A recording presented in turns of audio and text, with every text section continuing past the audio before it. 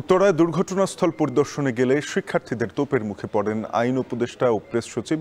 সেখানে আছেন সহকর্মী সিউল আহমেদ। সবশেষ অবস্থা জানতে তার সঙ্গে যুক্ত হচ্ছে সিউল। এখন কি পরিস্থিতি সেখানে, শিক্ষার্থীদের ক্ষোভের কারণ কি?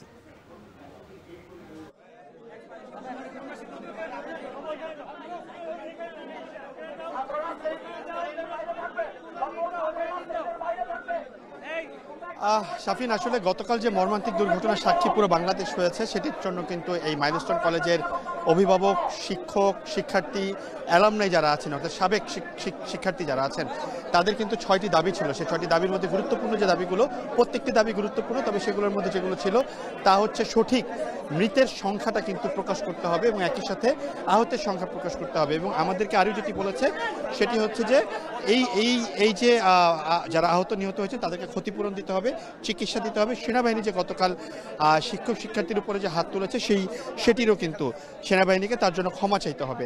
এরকম যে 6টি দাবি করেছিল, সেই 6টি দাবি নিয়ে কিন্তু তারা আজকে সকাল 9টায় তাদের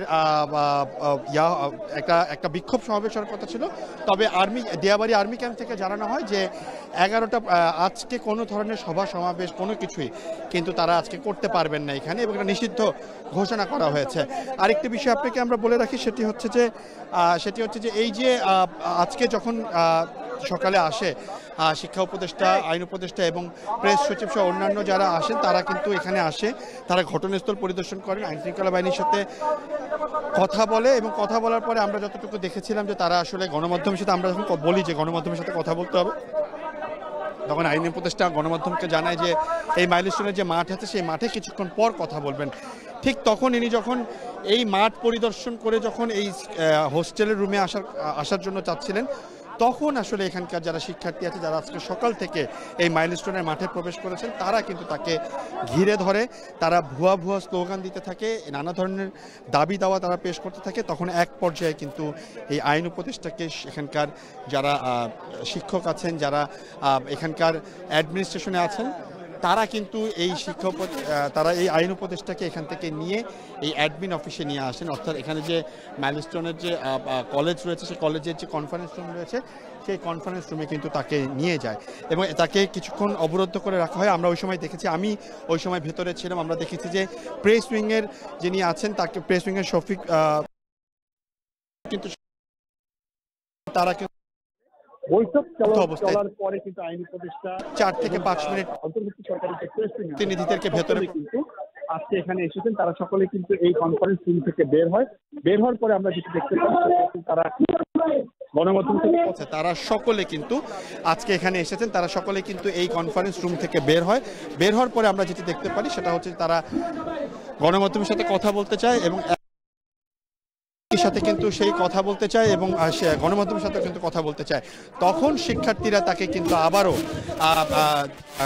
আবারও তোপের মুখে ফেলে এবং তারা আবারও তাদের দাবিগুলো তুলে ধরে। তখন কিন্তু দ্বিতীয়বারের মতো এই প্রেস উইং সহ এবং আইন উপদেষ্টা আসিফ নজরুলকে কিন্তু এই ভিতরে নিয়ে যাওয়া হয়।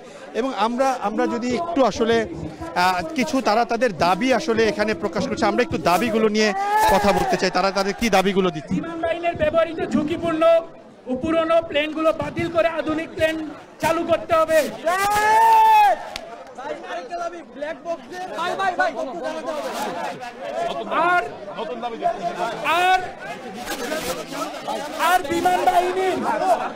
আর বিমানবাহিনী যে এরকম একটি কাজ করেছে তার জন্য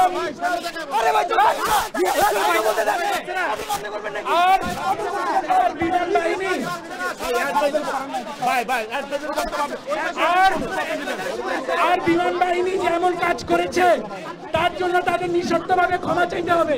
ঠিক আছে, আমি আবার সামারাইজ করে দিচ্ছি, আমাদের প্রকৃত সংখ্যা তালিকা দিতে হবে। ঠিক আছে। দ্বিতীয়ত, সেনাবাহিনী শিক্ষক আর ছাত্রদেরকে হাত দিয়েছে, তার জন্য নিঃশর্তভাবে ক্ষমা চাইতে হবে। ঠিক আছে। তৃতীয়ত, বিমান বাহিনীর এই দুর্ঘটনার জন্য ঠিকভাবে ইনভেস্টিগেশন করে তাদের নিঃশর্তভাবে ক্ষমা চাইতে হবে।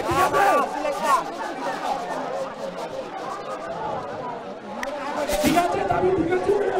আমরা শুনছিলাম আসলে যে এখানকার যারা শিক্ষার্থী আছেন তারা কিন্তু তাদের বিভিন্ন দাবিগুলো নিয়ে আসলে কথা বলছিলেন এবং তারা বলছিলেন যে তাদের যে 6টি দাবি সেই 6টি দাবি কিন্তু এই 6টি দাবির প্রত্যেকটি গুরুত্বপূর্ণ, তবে সবচেয়ে গুরুত্বপূর্ণ যে দাবিগুলো তারা বলছেন যে মৃতের সংখ্যা কিন্তু এই হিসাব তাদেরকে দিতে হবে। কারণ গতকাল থেকে অনেকেই দাবি করেছেন যে মৃতের যে সংখ্যা সেই সংখ্যা কিংবা সেই হিসাব কিন্তু ঠিকভাবে দেওয়া হচ্ছে। এটা কিন্তু এখানকার যারা শিক্ষার্থী আছেন তারা কিন্তু দাবি করেছেন এবং এবং এবং একই সাথে আপনাকে বলে রাখি যে এই যে যারা আহত নিহত হয়েছেন তাদেরকে কিন্তু বিমান বাহিনীর পক্ষ থেকে আর্থিক ক্ষতিপূরণ দেওয়ারও বারবার কথা বলা হয়েছে এবং একই সাথে এই সেনাবাহিনী যখন গতকাল তাদের গায়ে তাদেরকে হামলা করে যেইটিও আসলে এখানকার শিক্ষার্থীরা বলেছেন সেটিরও কিন্তু বিচার করতে হবে এমনটা কিন্তু বলেছেন।